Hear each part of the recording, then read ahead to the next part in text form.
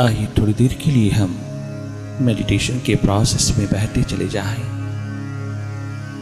अंतर्मुखता का दीप जलाएं। बहिर्मुखी जीवन में सारे क्षण, सारे पल, सारे श्वास खर्च नहीं करना। उसके साथ साथ अंतर्मुखता का एक महान दीप भी जलाते चले जाना। बाहर भीतर दोनों का सामंजस्य रखना। बहिर्मुखता अंतर्मुखता दोनों का संतुलन रखना। बाहर से पड़ी हुई भीतर संस्कारों की, विकारों की, विचारों की धूल को धोते चले जाना। सत्संग की पावन वाइब्रेशंस में बैठकर, संगीतमय वातावरण में उतरकर तुम भीतर की क्लेंजिंग, भीतर की सफाई, भीतर की स्वच्छता में उतरना। मेडिटेशन तुझे तेरी मंजिल की ओर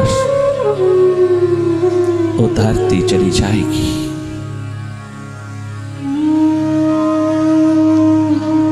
बाहर की दोनों पलकें मूंदते ही भीतर जो दिखाई दे रहा है, भीतर के नेत्र के समक्ष जो जो घटित हो रहा है, उसको देखते चले जाना।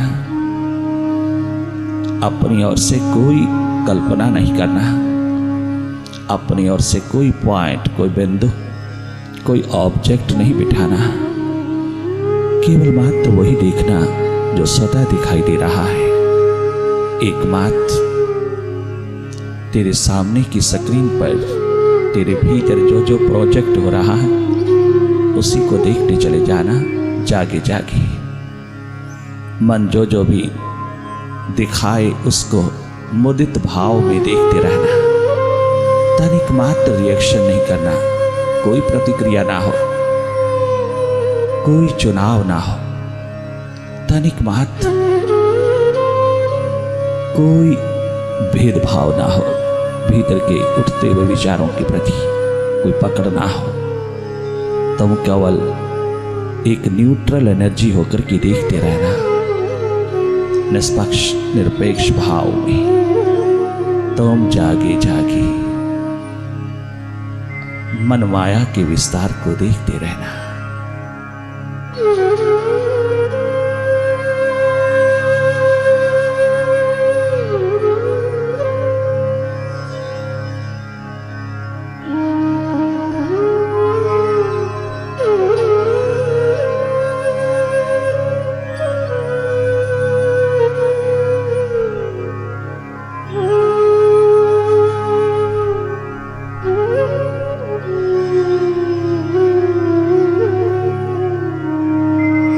देखने महत्व से सभी गैर जरूरी विचार, संस्कार, विकार, विकल्प, वृत्तियों के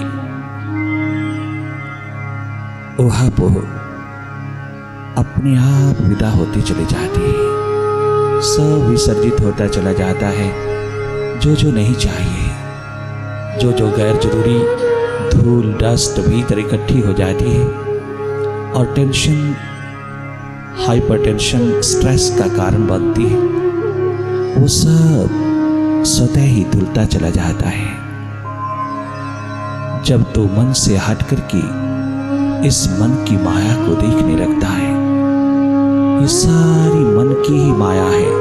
अंधेरा, विचार, विकार, विकल्प, वृत्तियां, विक्षिप्तताएं, ये तमाम मन की प्रॉपर्टीज हैं। काम, क्रोध, लोभ, मोह, अहंकार, ये सब विकार, राग, द्वेष इत्यादि, ये मन की प्रॉपर्टीज, मन के खेल, मन का जादू, मन का विस्तार, मन की माया, मन ही माया। ध्यान पूर्वक देखते रहना, जागे जागे देखते रहना, लगातार देखते रहना। कहीं लिप्त नहीं होना, कहीं खो ना जाना। तुम केवल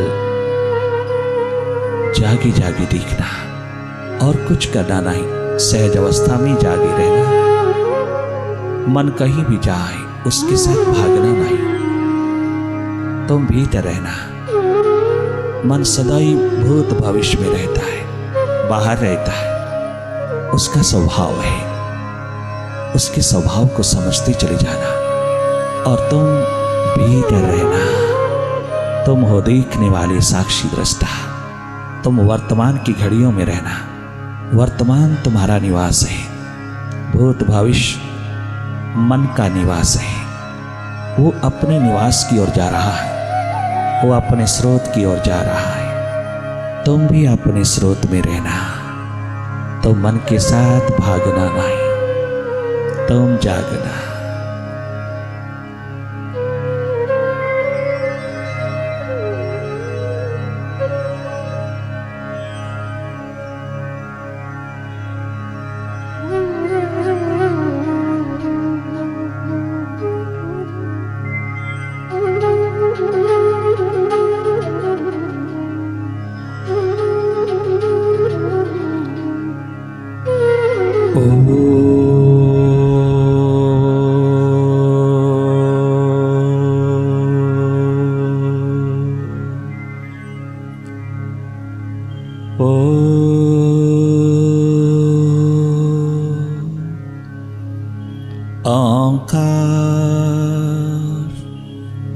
आमीन आमीन।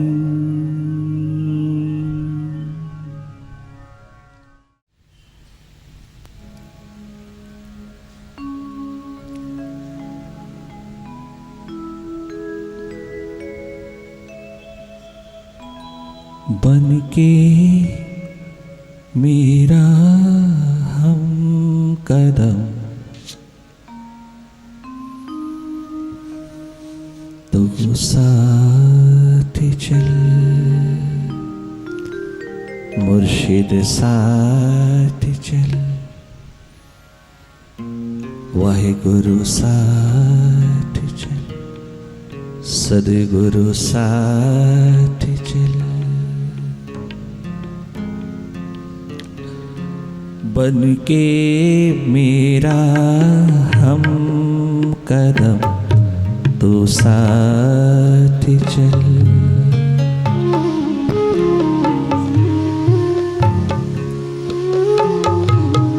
बन के मेरा हम कदम तो साथ चल, तो साथ चल।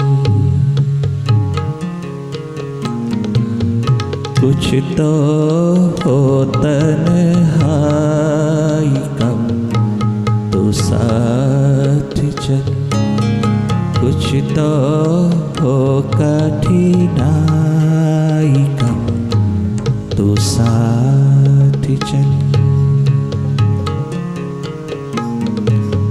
बन के मेरा हम कदम तो साथ चल।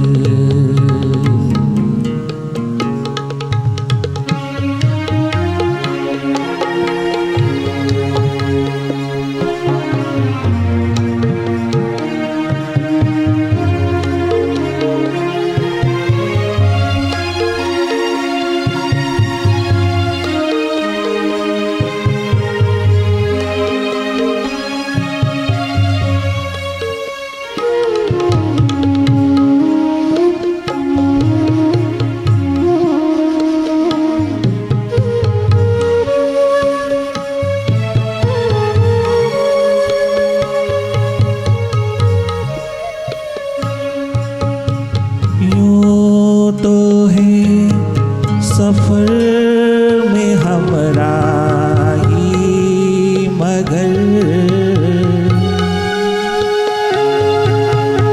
यूं तो है आने को हमरा ही मगर यूं तो है आने को हमरा ही मगर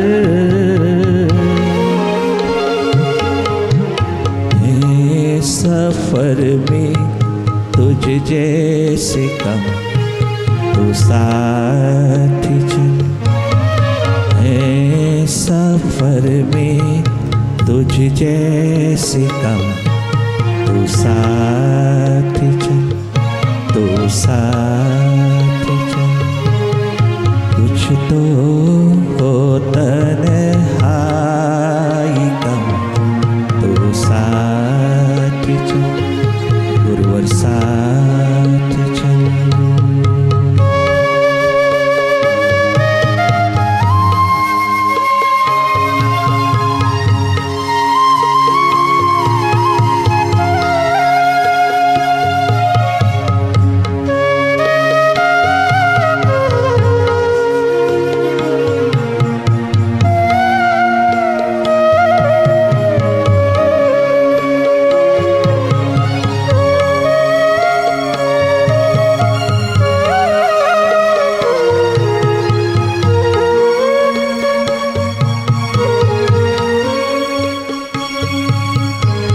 बहुत सुंदर सी गाथा आती है भारत के इतिहास में असंग नाम के एक महान व्यक्ति की, जिसका नाम असंग आर्य है।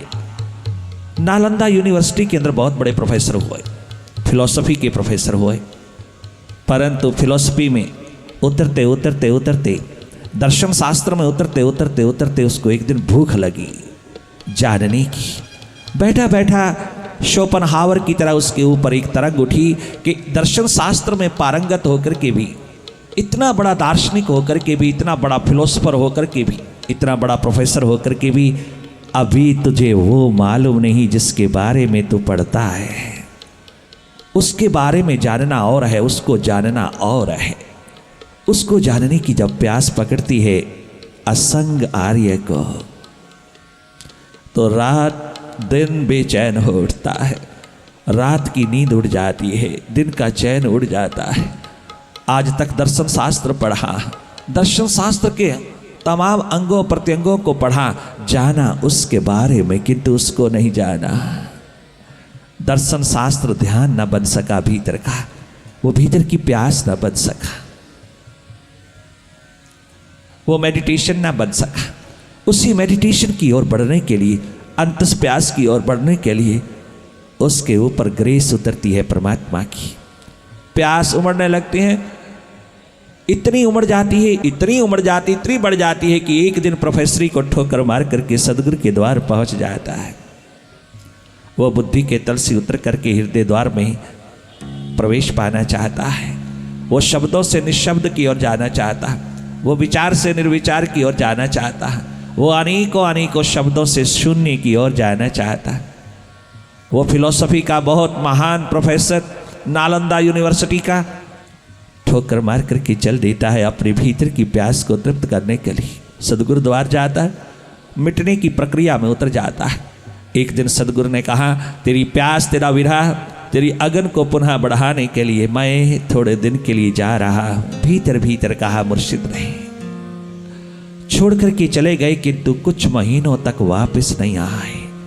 आखिर उसके विरह में डूबा हुआ वो प्रोफेसर एक संकल्प करता है कि अब मुझको अपने भीतर की खोज तलाश में अपनी ओर मुड़ जाना है, कहीं बैठ जाना है।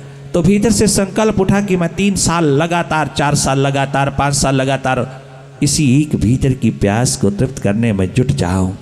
मुर्शिद कहीं भी हो, वो अपना आशीर्वाद, अपनी कृपा, अपनी रहमत बरसाएगा। मेरा जोड़ उसके साथ, मेरा योग उसके साथ, मेरी एक जुगलबंदी उसके साथ है। किसी कारण से वापस नहीं लौटे और उनकी कोई खबर भी नहीं आई, परंतु वह मुझसे दूर नहीं है। रुदन की धारा में डूब डूब करके वो अपनी ध्यान और प्रेम की महान धारा को बहाने लगा। 3 साल गुजर गए, गुरुदेव नहीं आए और भीतर की प्यास भी तृप्त नहीं हुई। आखिर दुखी होकर के, निराश होकर के वो प्रोफेसर अपने कमरे से, कुटिया से बाहर आता है जीवन से विदाई लेने के लिए। अर्थात उस तमाम प्रकार के साधना पद्धति के मार्ग से, साधना के मार्ग से, ध्यान के मार्ग से, प्रभु प्रेम के मार्ग से निराश होकर के घर वापस लौटना चाहता है। जैसे ही वो अपने कमरे की दरहीज पर बैठता है, तो सामने क्या देखता है, एक वृक्ष है, उसके ऊपर चिड़िया अपना घोंसला बनाने में लगी है। एकदम आंख उसके ऊपर गई, हैरान हो गया देख करके कि वो चिड़िया अनेकों अनेकों पास वाले पेड़ों पर जाती है, वहाँ से सूखे सूखे तिनके उठाती है और उन तिनकों को एक वृक्ष के ऊपर ला करके इकट्ठा करने की कोशिश करती है, घोंसला बनाने की कोशिश करती है, अपना घर बनाने की कोशिश करती है, किंतु तिनके बिखर जाते हैं, पुनः पुनः गिर जाते हैं।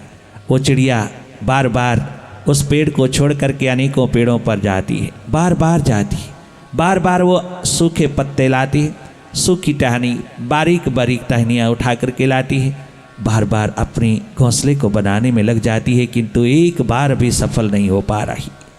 हर बार वो टूट जाता है, गिर जाता है, पत्ते बिखर जाता है, परंतु वो निराश नहीं होती। बार बार चिड़िया ऐसे ही मटेरियल को इकट्ठा करने में लगी रहती है और शाम हो गई। देखते देखते उसको भी चिड़िया थकी नहीं, निराश नहीं हुई, अपने प्रयास जारी रखे।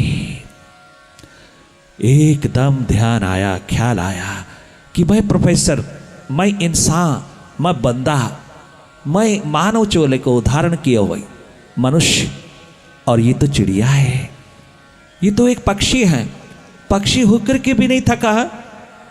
अपने एंडीवर में, अपने एडवेंचर में, अपने प्रयास में वो एक पल के लिए भी थकी नहीं चिड़िया। और मैं इंसान होकर के थक गया, मैं इंसान होकर के निराश, जन्मों जन्म तक भी लग जाएं तो भी निराशा नहीं होनी चाहिए प्रभु की खोज और तलाश के मार्ग पर। और मैं 3 साल में, मैं 4 साल में थक गया। एकदम वापस मुड़ता है अपने भीतर कमरे में और फिर डूब जाता है प्रभु भक्ति में, प्रभु प्रेम में, उसकी तलाश और उसके ध्यान में, निरंतर उसकी साधना में डूब जाता है। और चाहूं और प्रकृति की पावन गोदी में निरंतर झूलता है।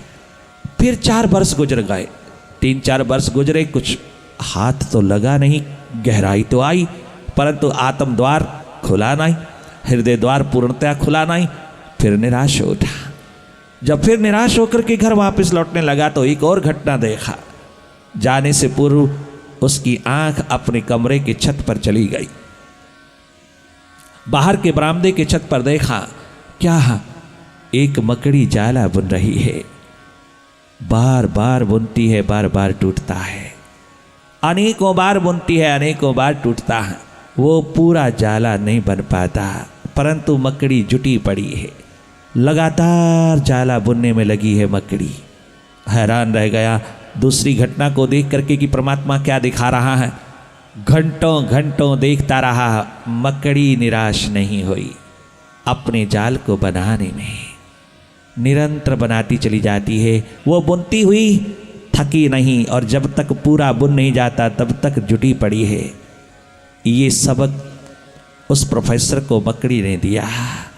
वो पुनः अपने भीतर के एंडीवर में, प्यास में पुनः डूब गया, परंतु फिर भी गुरु कृपा, गुरु की समीपता, गुरु की निकटता, गुरु का सानिध्य न मिलने के कारण सफल नहीं हो पाया। असंग आर्य प्रोफेसर आखिर अंतिम कदम उठाता है कि अब नहीं रहूंगा, अब मुर्शिद मिला नहीं, सदगुरु की कृपा हुई नहीं, उसका सानिध्य जिसके लिए मैंने सारी फिलॉसफी को ठोकर मारा, जिसके लिए मैंने बड़े बड़े शिखर बाहर गंवा डाले, वो मुर्शिद का सानिध्य तो मिला नहीं और ये जीवन सफल हो नहीं पाएगा। इसलिए वापस पुनः वापस जाऊंगा। इस बार कुछ भी परमात्मा दिखाए मैं नहीं देखूंगा, मैं आंख मूंद करके निकल जाऊंगा। अब मुझे और कुछ देखना नहीं है, क्योंकि अब मैं पूरी तरह विफल हो चुका हूँ, थक चुका हूँ। गुरुदेव आए नहीं वापस। और यही कहता है, चला जा रहा है। मेरी प्यास कहती है हरे जन्म तो साथ चल, तो साथ चल। ये सफर जन्मों जन्म का है अगर, ये सफर जन्मों जन्म का है अगर,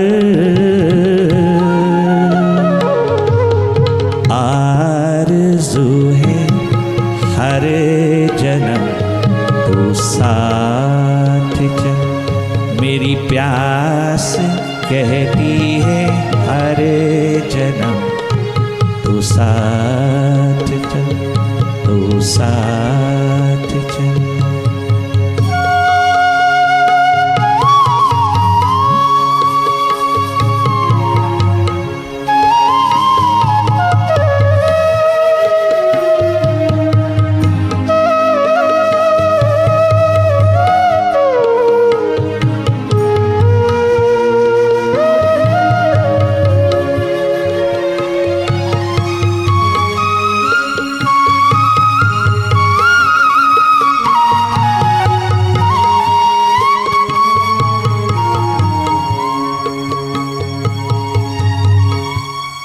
पहाड़ों के शिखरों से नीचे उतरता जा रहा है, आंख मूंदी है, भीतर अपने गुरु का प्रसाद, गुरु की मूर्त सूरत को धारण किए हुए, भले कितना भी निराश है किंतु गुरु के चरण शरण को अपने भीतर धारण किए हुए निरंतर वापस लौट रहा है।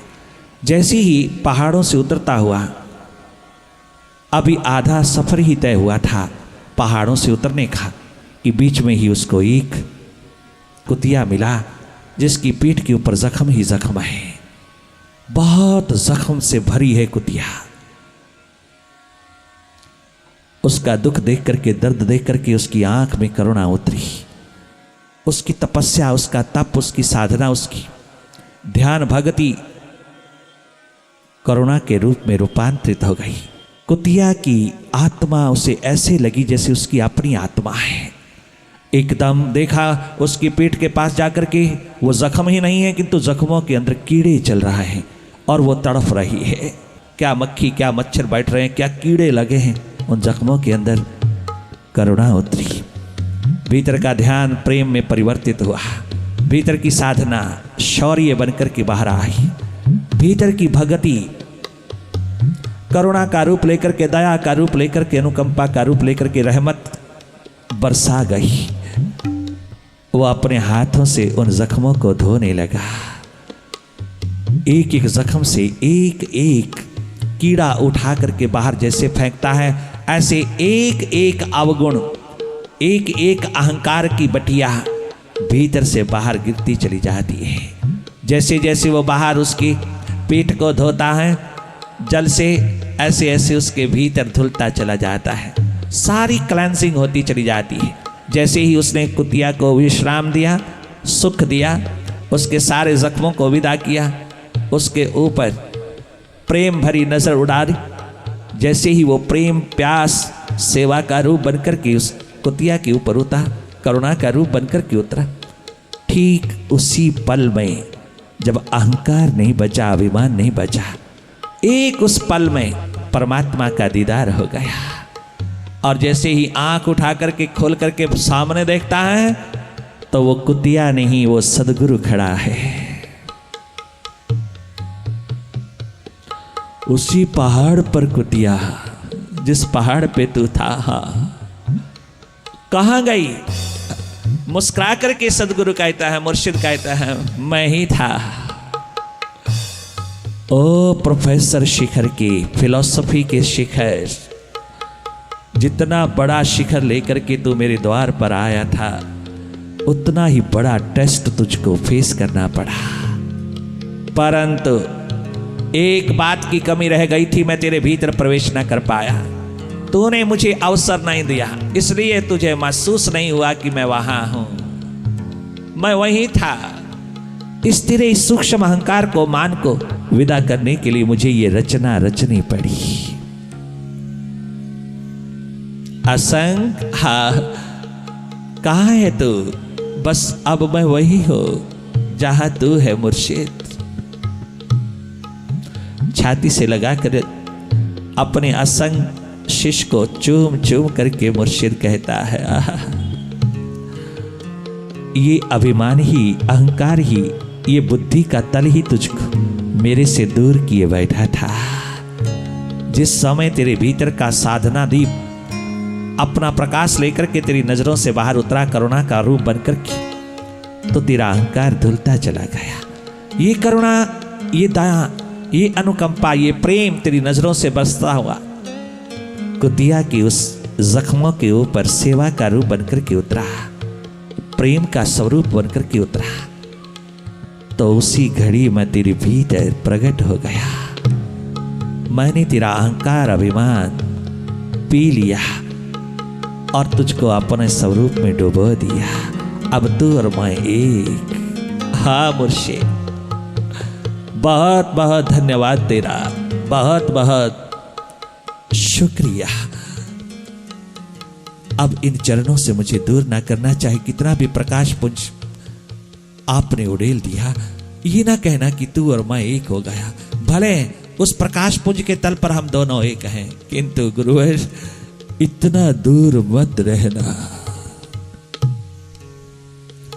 तुम फिर रूठ ना जाना, फिर विदा ना हो जाना, फिर विदा ना हो जाना। एक निर्दोष बच्चे की तरह, एक बच्चे की न्याय पुकारता हुआ वो प्रोफेसर कहता है। अब वो भीतर का प्रोफेसर हो गया। Professor is he who प्रोफेसेस religion, who प्रोफेसेस spirituality, who professes meditation. He is the only master teacher, madam, who professes meditation along with education. ज्ञान विज्ञान के साथ आत्मज्ञान की जोत जो जगावे वो गुरु सदगुरु होता है। जो त्रिवेणी में स्नान करवा दावे वो सदगुरु होता है। और इससे भी बड़ा और सदगुरु की परिभाषा, जो तेरा भीतर का सारा ज्ञान छीन करके तुझको ध्यान का महान दीप दे दावे वो सदगुरु। जो तुझे अंतर्मुक्ता के द्वार पर प्यास से भरपूर दीवाना बना करके उतार दावे। बाहर तू पूरी बेहोशी में और भीतर तू पूरी होश में ठहर जावे। ऐसी कृपा करुणा बरसाने वाला होता है एक जागा पुरुष सदगुरु, जो तेरी प्यास को दिन रात जाने अनजाने में, तुझे पता है नहीं पता है, वो सींचता चला जाता है, वो अपनी करुणा बरसाता चला जाता है। प्रोफेसर आज के बाद असंग आर्य, असंग भिक्षु हो गए, असंग साधु संत हो गए, सदगुरु हो गए। बहुत सुंदर भाव लेकर के प्रार्थना किया है उस समय प्रोफेसर असंग आर्य नाम के महान महापुरुष ने। ओ मुर्शिद, इतनी कृपा कर देना। क्या